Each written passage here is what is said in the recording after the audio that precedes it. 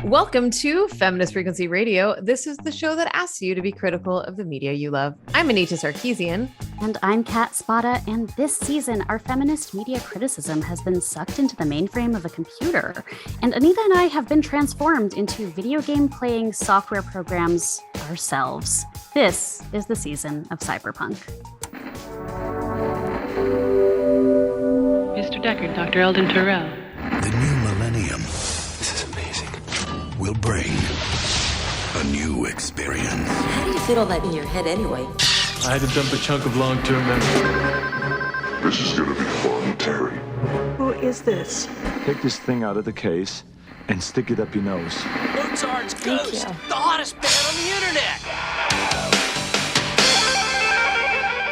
This week, we are discussing Tron, a 1982 adventure film directed by Steven Lisberger and starring Jeff Bridges as a software engineer turned arcade owner who is corporeally transported into cyberspace by a power-hungry computer program.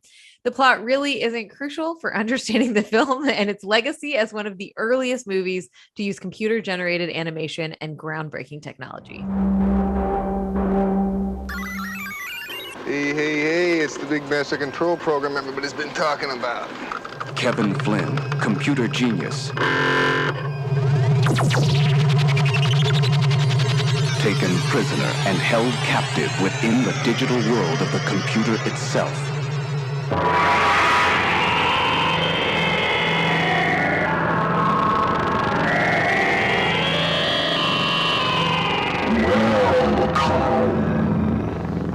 Trapped inside an electronic arena where love and escape do not compute.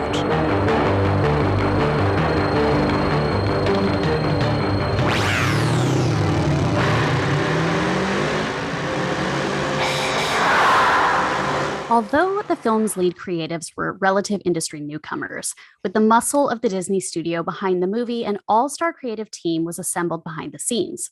French comic book artist Jean Giraud, also known as Mobius, shared costume, set, and vehicle design duties with industrial designer Sid Mead, and electronic musician Wendy Carlos composed the score.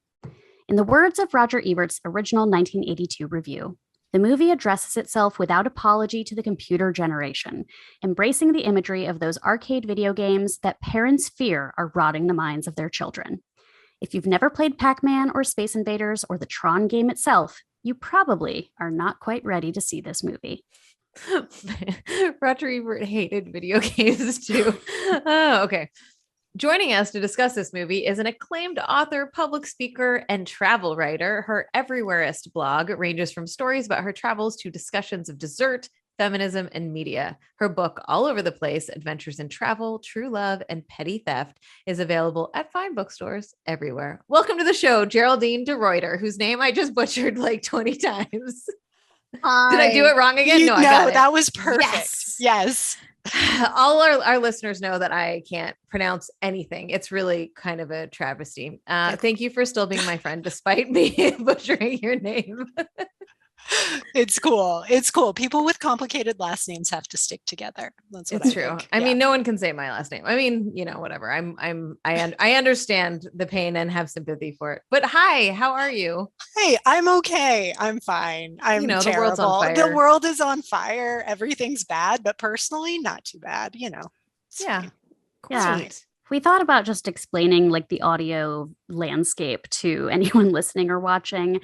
It's 90 degrees, I think, where all of us are recording right now. The planet is on fire. We're in a drought. There's multiple plagues, multiple plagues that I'm actively worried about, getting involved with every day.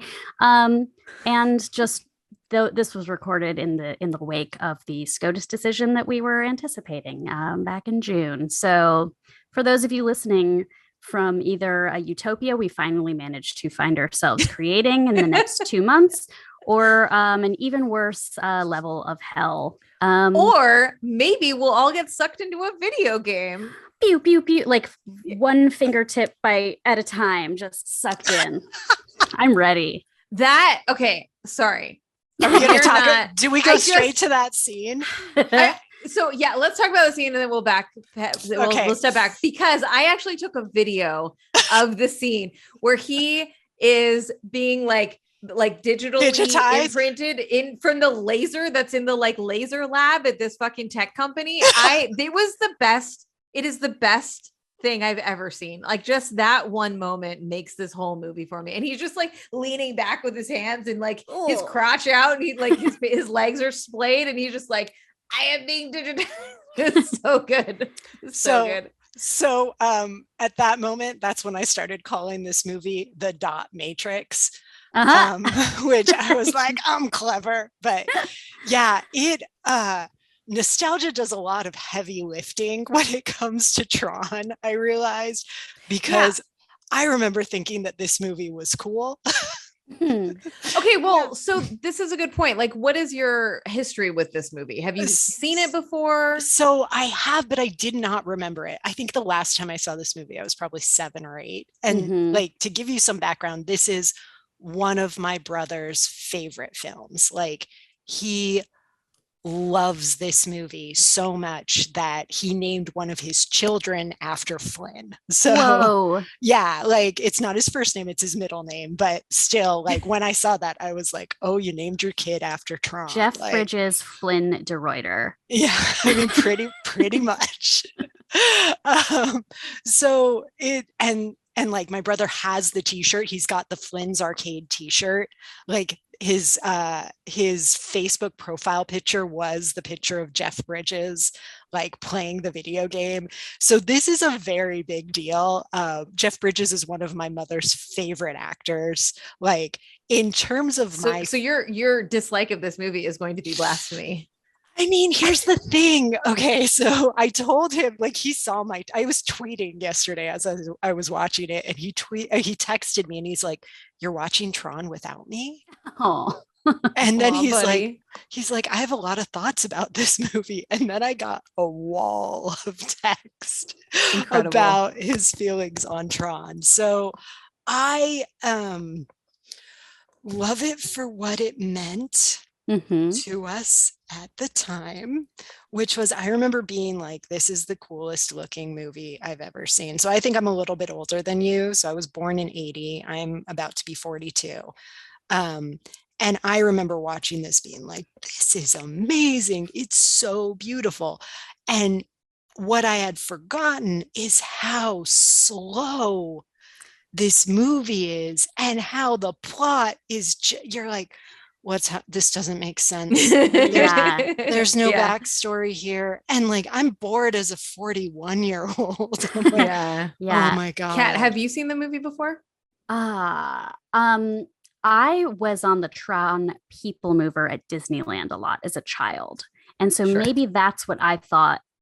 Like, if I have no idea if I've seen this movie as a child, that ride feels like very ubiquitous.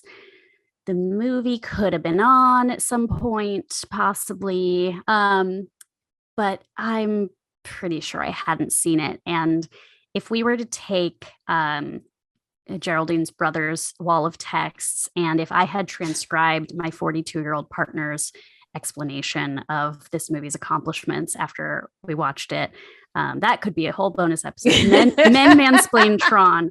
Mansplaining Tron. That's just a whole podcast. But I will, like, it was interesting to watch it and realize, like, I have no idea what's happening. I don't care.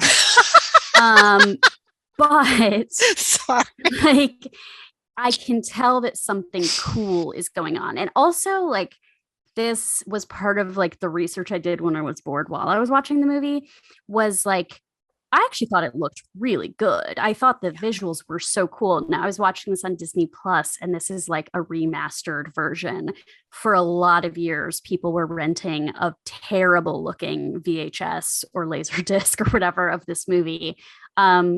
So I think the fact that it still looks cool to me, I think is super impressive, considering that this is like 1982 and it's a blend of so many different styles of film, like filmmaking and animation and effects. But I was like, oh, I get it.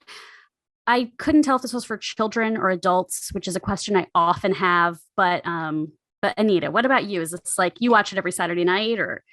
I'm nodding my head aggressively at the who is the audience, because I think I texted a friend in the middle of being like, who is this movie for? Like, it's not quite for kids. Like, I think it's for teens is where I landed on that. Teens who go to the arcade. Yeah. Yeah. What if I was in there? I read a review about how this movie wasn't super, like, it didn't do great. Like, it wasn't bad, but it didn't really do great. And I believe Blade Runner was also in that category of didn't do bad, but wasn't great financially, box office numbers. But that was the same year. Yeah, but got like cult classic status like later on. And I feel like it was, oh my God, I just lost my train of thought. Anyways, whatever I feel like it was. I watched this movie for the first time as an adult, but long. And remember being like, really like, oh, that's cool. Like, this was a cool movie. Like, I enjoyed it. Tron Legacy, which we will not speak of after this point, is a terrible fucking movie. And it's super bad with quite a good soundtrack, actually. It's Daft Punk, right? I've heard that if you regard the entire movie as a Daft Punk video, it's okay. Oh, it's so bad. Is it? The movie is so bad. But I went into rewatching this being like, I have memories of liking this movie. And so it started and I was like, yeah, I'm here. Okay. Yeah. Now we're at the arcade. Okay. Yeah. And then like at some point I kind of didn't realize how much I stopped paying attention to the movie. Yeah. I was like, oh wait, we're still in the Matrix. Like what is happening? Yeah. Like, I don't really remember how it ended. Like, it just completely lost me at some point. But to begin this conversation, I would like to say that I think I am in love with Jeff Bridges. Oh yeah. I've never really had an opinion. I'm not attracted to him as an actor in that way that I am with like Oscar Isaac, who I'm like, you're fucking amazing and I love you. Jeff Bridges though, like I watched this, I started watching The Old Man, which is the new show that he's in.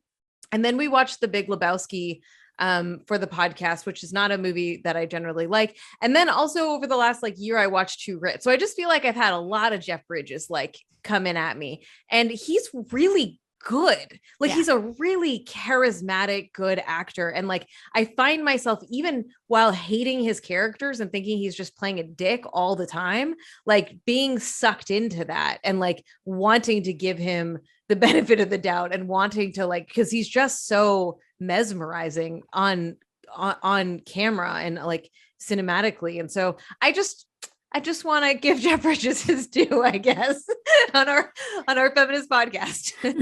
No, I mean, he's wildly charming, right? And like early 80s Jeff Bridges is kind of peak Jeff Bridges. But there was this moment where I was watching it and like the opening scenes of this movie feel like Star Wars, which I think was intentional. They were definitely trying to piggyback on the success of that, which wasn't too much earlier.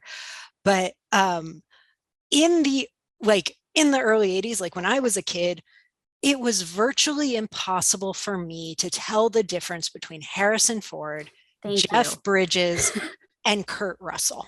Yeah. I thought this was Kurt Russell half of the time I was watching it. It was wildly difficult, right? And it's still like, I still have trouble. I'm like, which one was right? It was okay. It was actually, the Kurt Russell and Jeff Bridges totally matches for me. I'm just like, oh yeah, they have the exact same swagger, right? Yeah. The Harrison Ford doesn't quite match with me. I feel like Harrison Ford is a little grittier and like a little like rougher, but maybe I'm just thinking of The Fugitive because I think you need to, if you think of the Han Solo, I almost said Han Solo, Jeff Bridges. Hi. Han Solo, they're all the same. It doesn't matter. Harrison Ford. And actually, I can feel. Do you feel that rumbling? That is a bunch of men coming out of the woodwork, and they're like, "But no, that's not how it is." And they're getting like zapped. Like they're so mad at me right now. But I think that like the Han Solo era, Harrison Ford, like there was a moment where Jeff Bridges was doing something in Tron, and I was like, oh man, it's so weird that he did this role right after he played Han. I was like, none of that's right. And the same year he was in Blade Runner. Like, but I have the same so busy. Like face blindness for like a certain level of like white man actor that's just like been around my whole life. I notoriously had an entire conversation with Michael Keaton thinking that it was Kevin Costner. They demonstrably look alike. Like, to be fair, right? Like, I think Michael Keaton and Kevin Costner, and then the trifecta that we've just described, they do look alike. And almost all of them have been considered, like Kurt Russell was considered and almost got cast as Han Solo, right?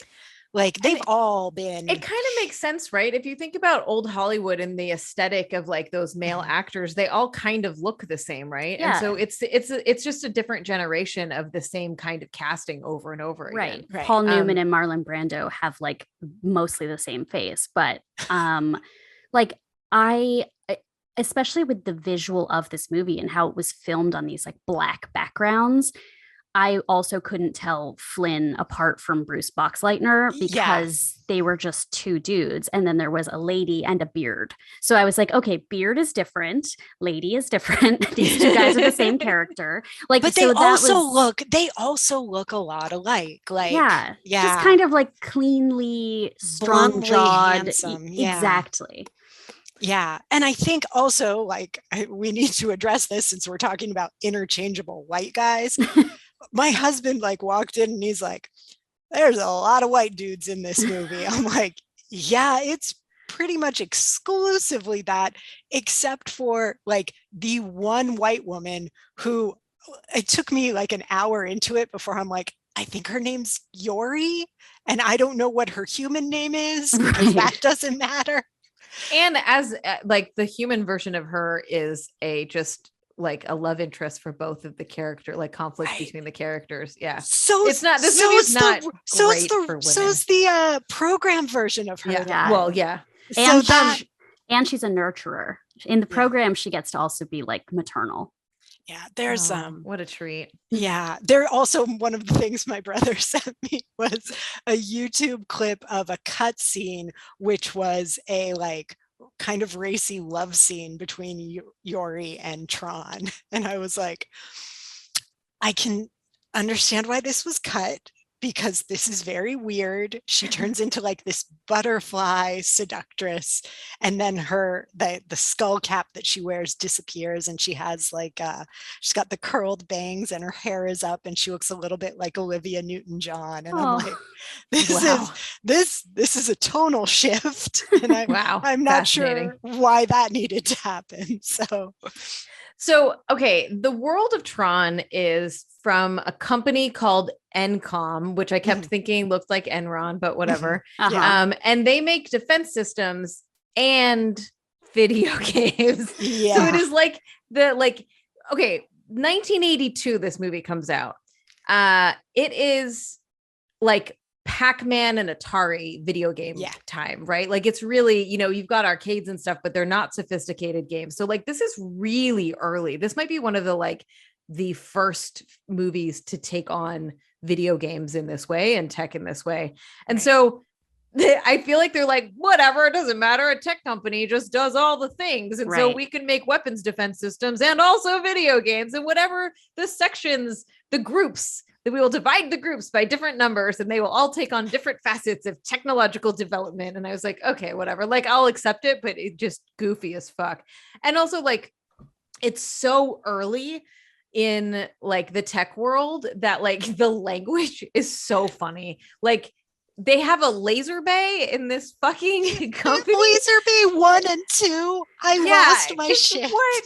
Like, appropriating systems, cut out of the system, group 6 access, identity disks, deresolution, master control and I think this is a big like theme that we can get into, but as like the all controlling AI that is out of control and that will take over, and like the fear, the like techno fear around that. And that's just such like a Kubrick wink and a nod, Lucky thing, though, that laser happened to be pointing at the computer. I know. I thought that was I think that was really irresponsible placement of that laser. I'm just going to say that's bad laser protocol. But I also think it's funny that, I mean, can we get into the terrible plot of this movie? So we'll save the OSHA violations of NCOM for later. So first of all, I think to your point, like this is before a time where people could say like, wait a minute, that's not how programming works at all. But there were distinct moments where I was like, well, that just makes bad sense, right? So you've got Dillinger, whose rise to the top of this meteoric rise to the top of this company has been that he has stolen the video games that Flynn has developed. Space Paranoids and others. Which I also read the 1982 review by Roger Ebert, which is delightful. I highly recommend you look it up. But one of the things he talks about is that Space Paranoids is such a great name. I think I read a few reviews, but that's how he gets to the top of this company. But he's the one who built Master Control. And I'm like, you have built this highly sophisticated artificial intelligence. So you are clearly a good programmer in your own right. And so that kind of like, there's no reason for you to need to steal video games from the new kid to get you to the top of the laser weapons company. Very confusing, brain broken now, really. Can't say more. Yeah, and I'm willing to accept this premise. Like, I will just, turn it off and go for it. It's fine, because then we get Jeff Bridges owning Flynn's, which is like the coolest looking arcade. Yes. With like the dopiest back room. I just the whole vibe at the beginning. I'm like, I'm so here for this. But like, why I don't think I quite connected the whole like religion, like anti-religious subtext, and then the users versus the programs, and how like I love that one of the programs is an actuary program, and you're like, what the fuck? But like the like, do you believe in users? So you're a part of this religion that needs to be like, removed or whatever, and like, Master Control wants to rid everyone, all the programs that believe that users created them, like that.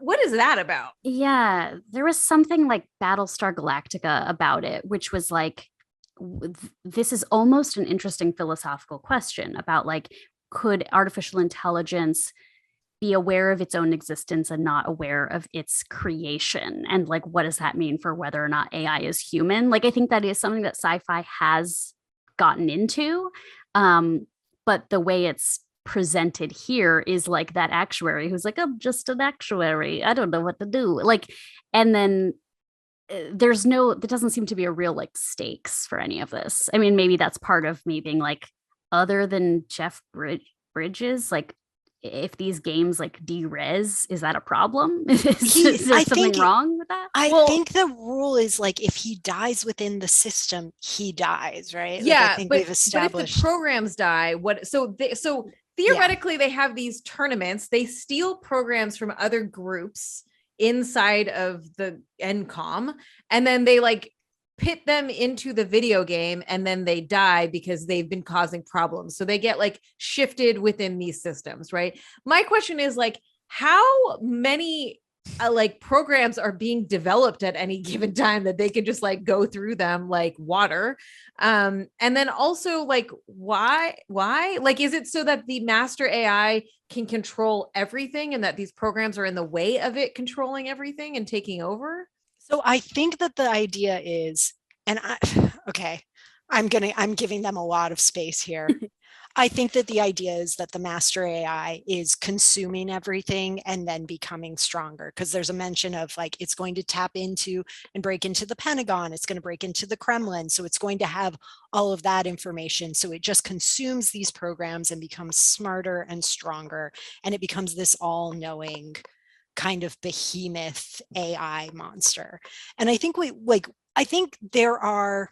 what's interesting is that you see a lot of ideas that are foundational to hundreds of movies that we've seen since, right? The idea of this, like, the religious component of are you a believer and are you not, like, made its presence known in the Matrix, and there's a lot of overlaps there. And I think, like, the creators of the Matrix have said that they were inspired by Tron, like, repeatedly.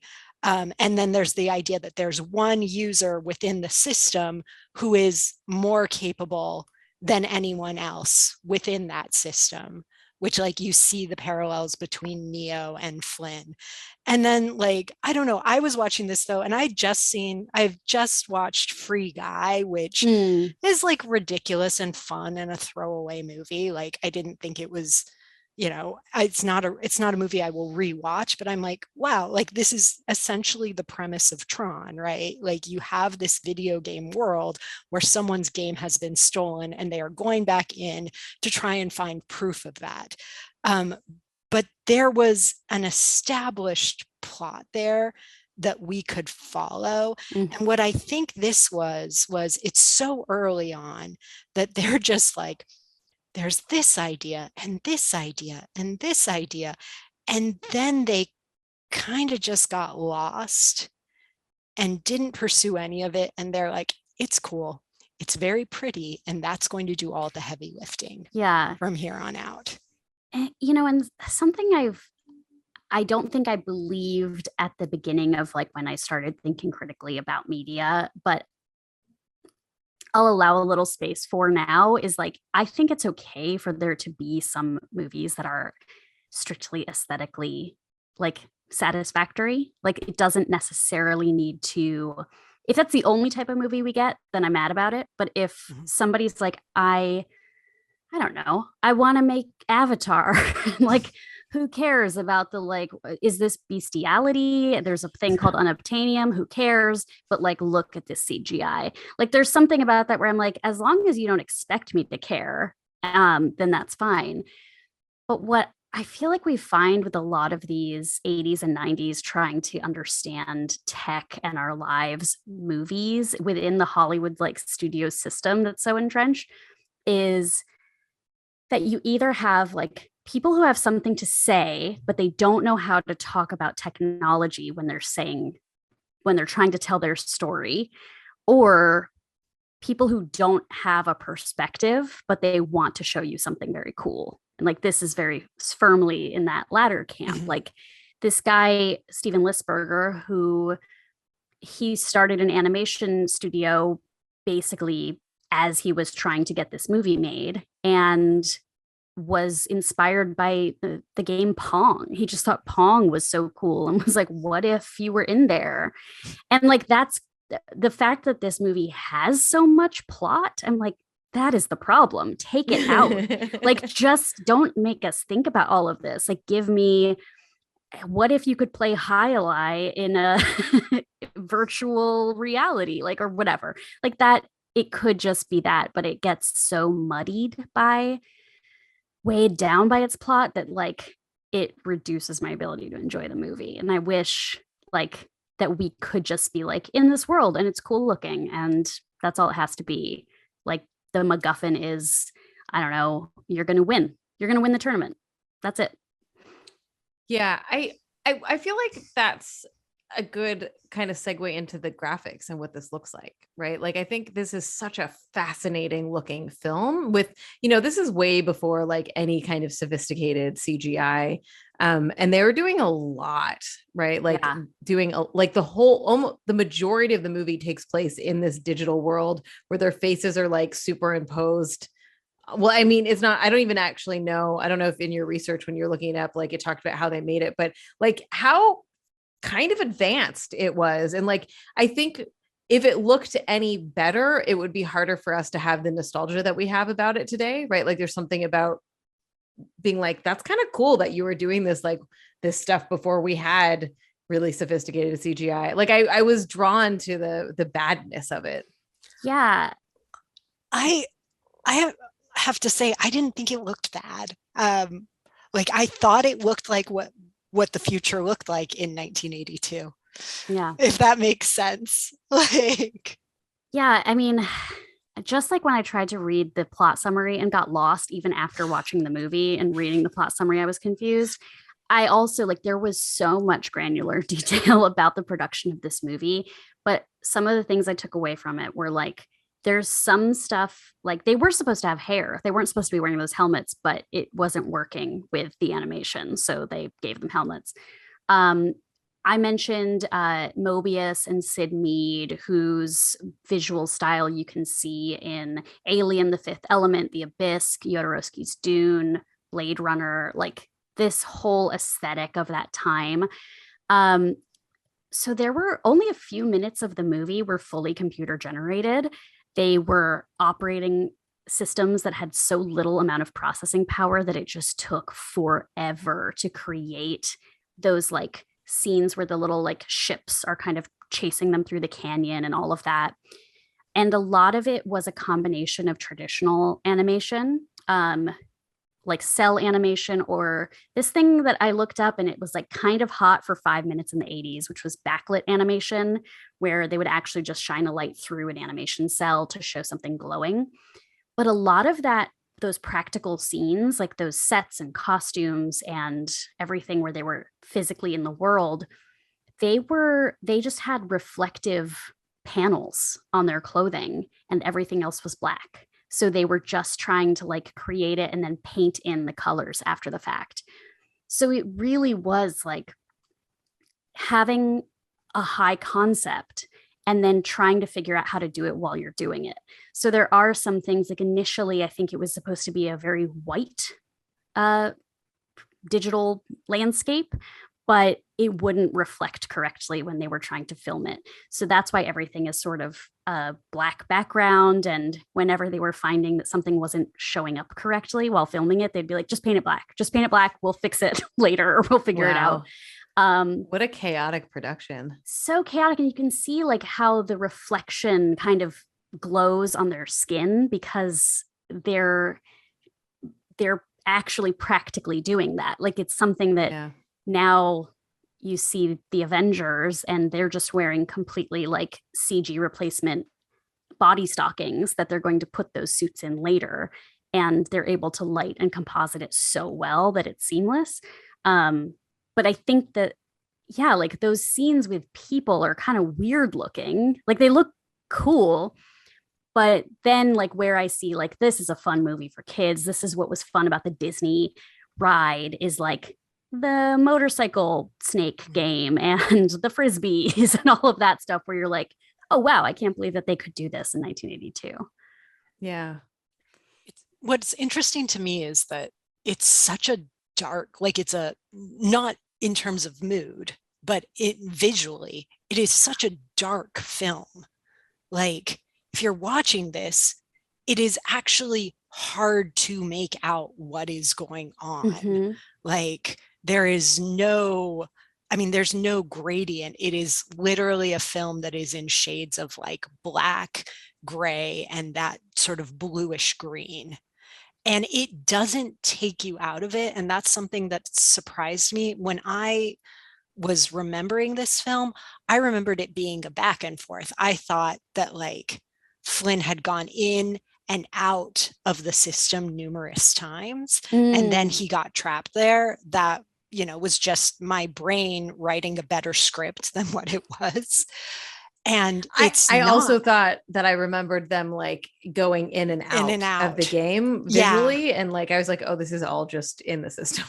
Right. Forever. And it's never ending. For a long time, for like, I think it's like it's essentially an hour of just solidly being in there. And that's, drinking the river of power. That was one of my favorite scenes. So that scene I remembered really well because I was like, it was one of my favorite scenes when I was a kid because it was like a peaceful scene where I knew they were safe because I guess 4-year-old me was very nervous about their well-being in this movie. So yeah, it was not a kid's film. But a lot of peril, a lot of like hanging off of something or... But at the same time, you never get the sense of like actual danger. There's never that true sense of danger because there's never the true sense of like end point. there's never an explanation of, okay, I am here. I have this goal. Like, we know what his goal is, which is to retrieve the information that will prove that Dillinger stole the games from him, right? Like, that's what he's looking for.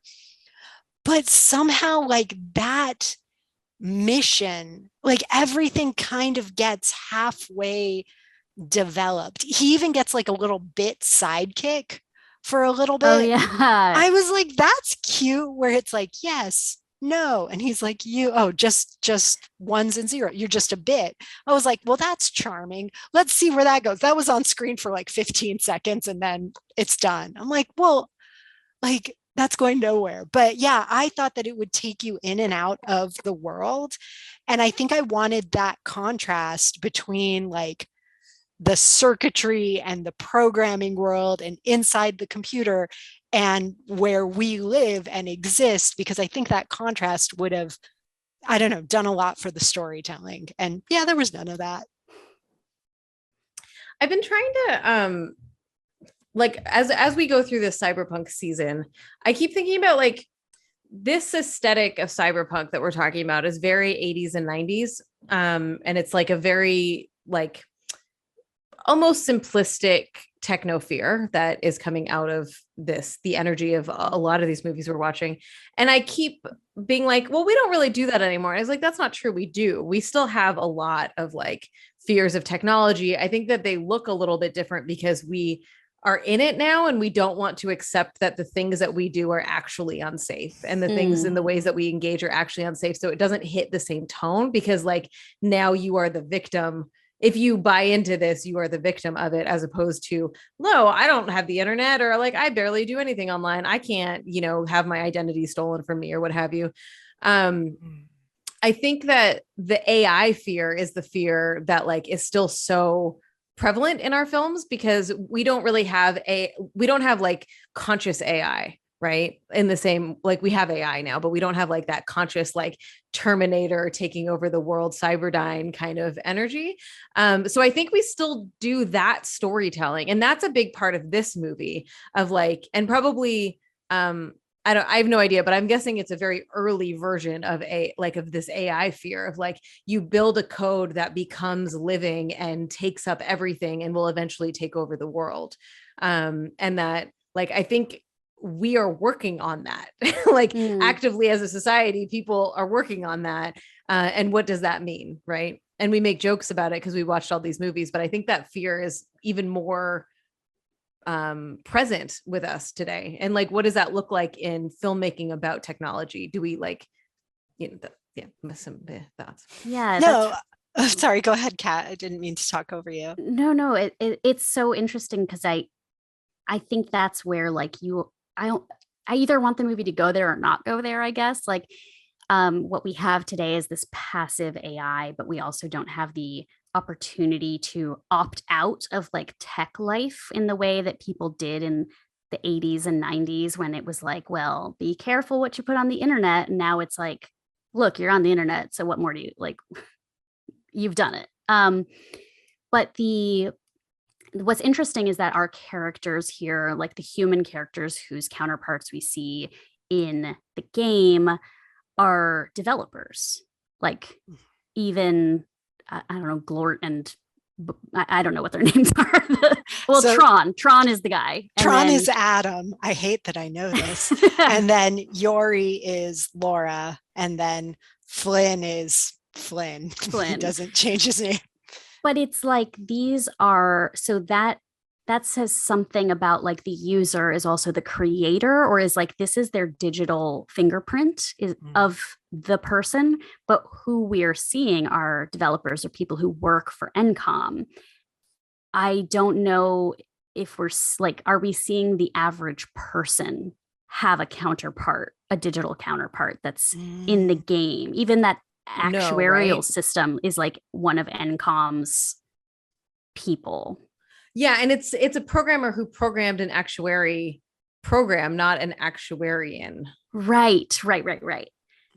So what you're saying is that it is not representative of of real people. You would like more representation in Tron. Yeah, I would like more representation in Tron. is definitely accurate, but it's like there is something about this where I'm like, what does this say? What is this saying to me though, as a viewer? Like, what is this saying to somebody who goes and plays an arcade game? If you're not actually a developer, does this have anything to do with you? There's like one guy who says something about like, he's talking about the separation between his like work and life, where he doesn't even balance his checkbook at the office. He goes home and uses his abacus to do that. Right. Like, but he's still like a tech guy. I mean, that's Adam. That's the guy who creates Tron, right? And I think he's trying to say how dedicated he is. This was part of my face blindness of everyone in this movie. Same character shows up. I'm like, oh, a new guy. It was very hard to tell them apart, especially in the effects and stuff. Yeah, in the lighting, because again, like I have trouble seeing. I have terrible dark vision, so I was squinting through a lot of this. It's funny too, because when you mentioned that, like, and I'm sorry, I'm sure people who are listening to this are like, who is this massive dork with like her weird references? But like, I was watching this and I kept thinking about Wreck-It Ralph and like the role that, those in that video game world, those characters are fully realized and have, a sentient kind of awareness, and they exist and sort of have autonomy, but then have to play this role within the video game system. And so the user is completely separate, but then in this, we're seeing their avatars within the game. So yeah, it was kind of I think when it comes down to that, if we try and like question it, it was people didn't really understand how programming worked, and like, well, and also how do you make programming cinematic, right? That's a theme that runs through all of these films of like, how do you make computer things cinematic? Because they're fucking boring to look at, right? So this is probably a dumb question, but if the programs are the characters playing the games, what is on the arcade machines? Are those like, do you see that? Are you just in the game with it? Is it like multiplayer with programs? This is an extra level of reasoning that I don't think we should broach, but it just occurred to me that I'm like, what is it, a different branch separated from the main games? Is it its own like I feel like the arcade lobby games, does it have its own lobby? I mean, they had lobbies for these people to sit in. I think the arcade game is a little bit of a red herring, like the whole arcade, because what makes Flynn good at beating Master Commander or whatever is that he built Space Paranoid. So he's like, I know how these games work, but they're not playing Space Paranoid, right? Which I really thought that was going to come up. Like, right. He also didn't he make some of those games though? Because he made 5. He made a ton of them. He made 5 that were stolen. Right, which I thought were the games that they were playing. That would track. That would make sense. But again, it was like certain things were over explained and then other things were completely under explained. And I feel like if I just had like an hour and a pen, and honestly, I hate to say this, but my brother, I feel like I could have made this script a lot better.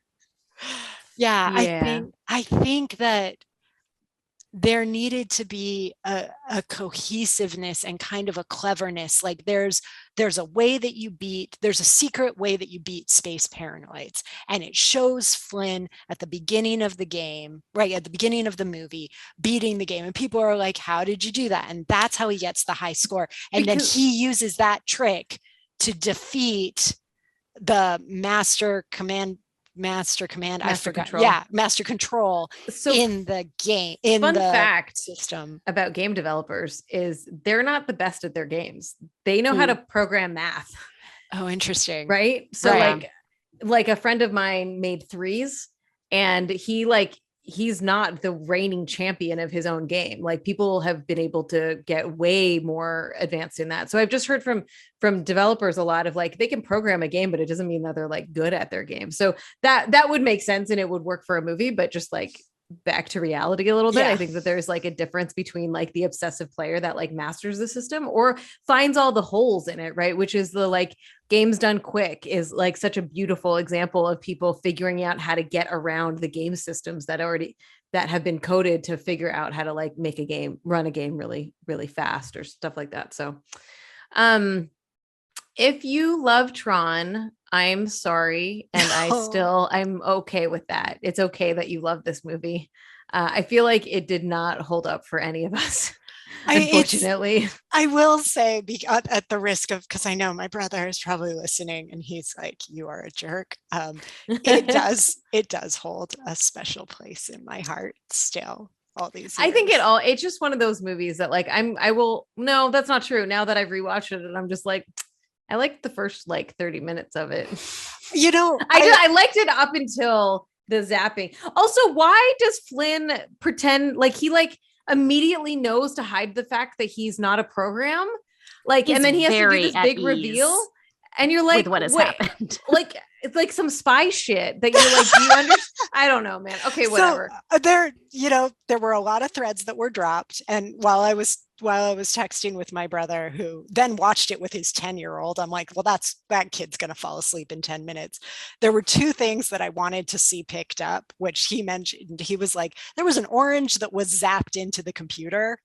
No, remember that in the test? It became the annoying orange. Like it never showed up again.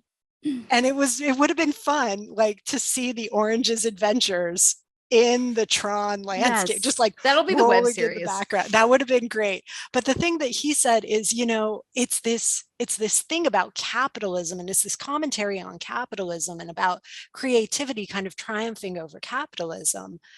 And yet at the end, you see Flynn coming in on this helicopter, and he's the head of the company now, when he used to run this awesome arcade and probably played video games all the time and got really high and had a great time. And is his life better now? And I was like, oh, I need to lie down and think. Yeah, that's a good point, because like I love that a lot of these narratives are like the scrappy young like technophile that is like taking down the man. And that's, that undercuts this for sure. Or maybe now that he's back in the real world, life just isn't as sweet as it was when he was in the game. Because I wasn't not loving the sexual and romantic tension between Flan? You can call him that. We're cool with that. Flan and Trin. That's their couple name. But they had really good chemistry. And I was maybe this is where he can really be himself. Yeah. No, there was a moment there where like Tron like hoists him up. Yeah. And I was like, now this is the movie I want to watch. I'll be searching AO3 for that. Yeah, I was like, send us your / fanfic of Tron and Flynn, please. Thank you very much. All right, y'all. We will be right back to share some freakouts. The Games and Online Harassment Hotline is a text message-based, anonymous, and confidential emotional support hotline, and it's created specifically for the gaming community. Because we're gamers and creators, and we want to help each other. So, how does it work? Well, you text us and we listen. Our hotline is 100% anonymous. We can talk about anything you need to, and only what you want to. The Games and Online Harassment Hotline is an inclusive resource for anyone, no matter how you identify. If you feel that you need emotional support, you can start right now by texting support to 23368, and our qualified responders will be there to listen to you, free of charge. Reach out, get help, and let's make this community a better place to work and play. What's your freak out? Now it's time to talk about what's been thrilling us, moving us, upsetting us, or infuriating us this past week. Kat, what do you got feelings about? I have a lot of feelings about my freak out, which is the music video and song What I Want by the band Muna. I feel like cooler people than me talk about this band on the internet, and I've never been aware if I was ever hearing this band or not, but they just did a song that's about like what I want is to go dance at a gay bar. What I want is to take a pill that someone at the bar has got on their tongue. What I want is to sing and kiss and dance and have fun. And I was so drawn into this song and video, but also felt like it was a completely foreign concept to me to have fun.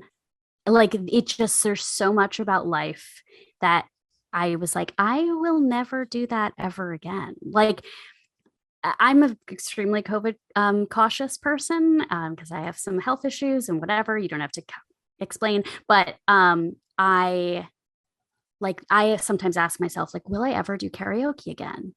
Will I ever go dancing ever again? Like, so watching this song, like I'm freaking out about it in a very complicated way because it's an awesome bop. The video is so beautiful and fun, and there's hot queer people of all different types, and there's armpit hair, and it's like these are the people I want to go out with, I want to go dancing with, but also just feeling like, what must that feel like to think that you might ever be carefree ever again? Because I sure don't.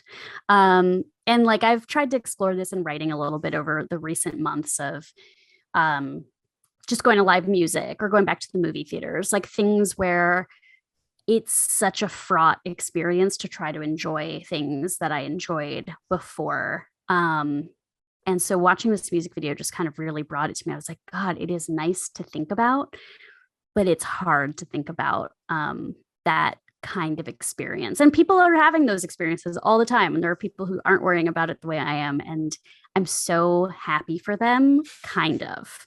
But that's what I'm freaking out about. Like it's a qualified freak out. I love this song. The music video is great, but like if I watched it in the wrong mood, I'd probably cry for a long time. I feel like this happens to me every now and again watching TV and movies where I'm just like, look at them just making out with strangers and being in bars and just like sharing cigarettes and like all these things that I'm like, oh, if you it's a choice to do that now, you know, like it's a very conscious choice. It's just, I hear you. My husband's having a birthday coming up, and we were going to just have a few people in the backyard. And a friend of mine was like, oh, well, can we bring someone? And I'm having this issue of being like, no, like we're keeping this very small. And you cannot bring someone. I'm sorry. Like, I don't know who the person you want to bring is. I don't know what their safety protocols are. It's hard. It's hard. Well, speaking of hard, I don't know. That wasn't a good transition. Geraldine, what are you freaking out about? Actually, that's a perfect transition. I just finished watching, I mean, the world is a terrible place. And I just finished watching the first season of Our Flag Means Death.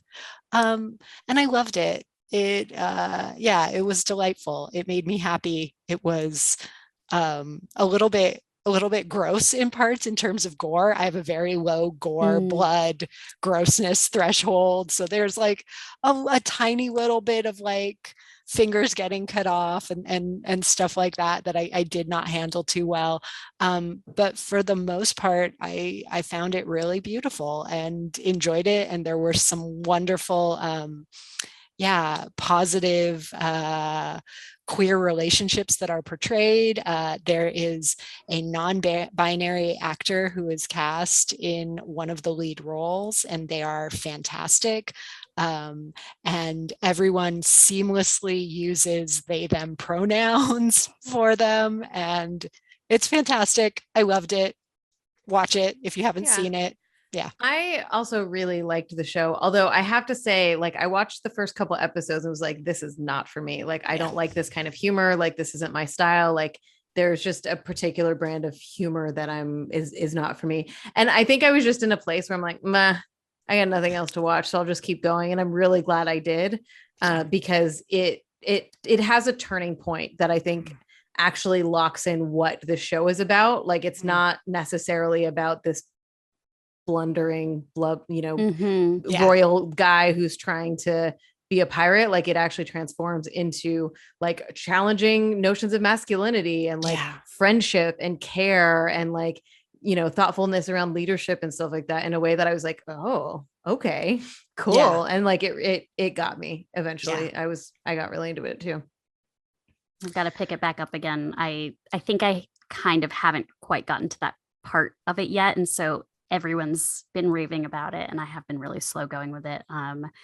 But I love the cast. And I think Rhys Darby's actually like, even in the episodes where I was like not super into it, I loved him and Claudio Doherty as like that complicated relationship. So that's my homework for tonight. Anita, what about you? I have a very I have nothing else to talk about. Freak Out. I watched Doctor Strange in the Multiverse of Madness. And that is a movie in the Marvel Cinematic Universe that nobody gives a shit about anymore. It was directed by Sam Raimi, and this movie got a lot of shit. And I get why. My take on it was I don't really care. Like, I'm not invested in the MCU. I clearly didn't go to the theaters to see this. I thought that there were some really wonderful like set pieces, like just the visualness of it. I really liked a lot. It was like colorful and weird and kind of all over the place. There is like a like wizard battle with music. Like I was like, this is fucking dope, man. Like they literally, for anyone who hasn't seen it, with tangible music notes and clefs and not just like to music. It is really and to music, but it's also, yes, like you're saying, like it was this like cool piece of like, I don't know, I guess not environmental, but sort of environmental storytelling to show that like this version of Doctor Strange likes music, and so they're using the elements in the space, or is musical or whatever. It's also kind of a horror movie in some ways too, which I think is really interesting. America Chavez is like a character that's introduced in this movie, played by Xochitl Gomez. And I thought she was wonderful and really like a lovely character. I hate that her name is America, because then they'd keep being like, well, I got to tell America, or I got to save America, or whatever. They didn't say that, but like they kept saying things and just using America. And I was like, okay, y'all, you understand the implication here of like this language. It was really troubling to me.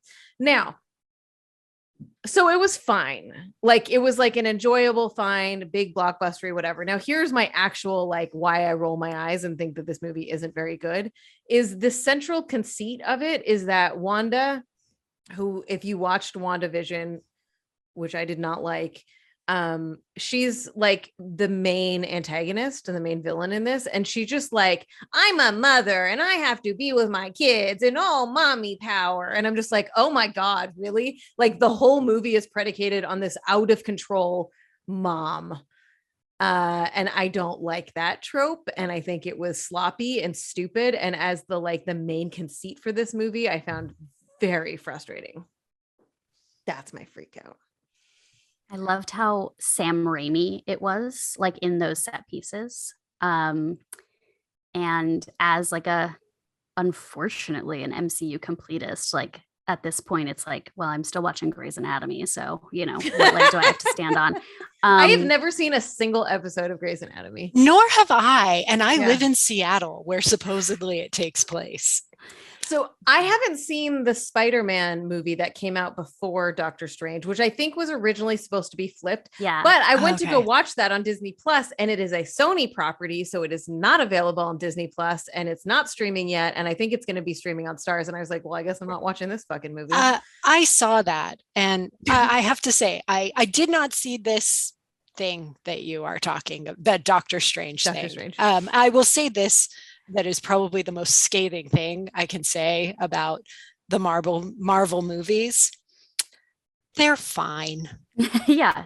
I mean, they're fucking military propaganda. They're all fine. They're fine. They're not like, people are like, you got to see this one. I'm like, it's fine. What Some Marvel of them has are done fine. what Marvel has done that's smart though is that they bring in different directors and give them a little bit of creative freedom so that you can so they feel distinctly different. So like Thor by Kenneth Branagh, directed that one, is very Shakespearean because that's his background, which I really liked. I liked the Thor movies. Thor 3, Ragnarok was Taika Waititi, and which was one of the best ones. Oh, I love that one. I didn't like it, but it has a different feel, right? And then the Guardians of the Galaxy ones have a different feel. So there's like, I feel like I'm so fine with people being like, fuck Marvel, I want nothing to do with it. But I also feel like I want to give a little tiny bit of space to the fact that like there are distinct directing styles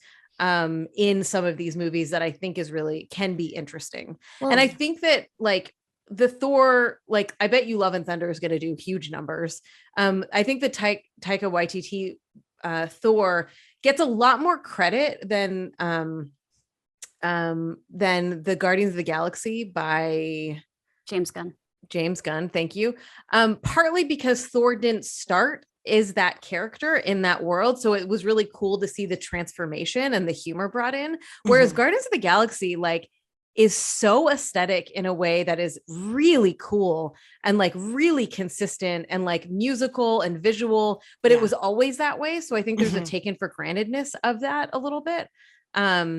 But I think I think a lot of people just have fatigue, right? Like it's like, oh, another one of these, who's the weird random character you're going to pluck out of nowhere that like, you're going to try and make a thing out of. And the internet has called them Blorkos. Yes, they have called them Blorkos. It's true.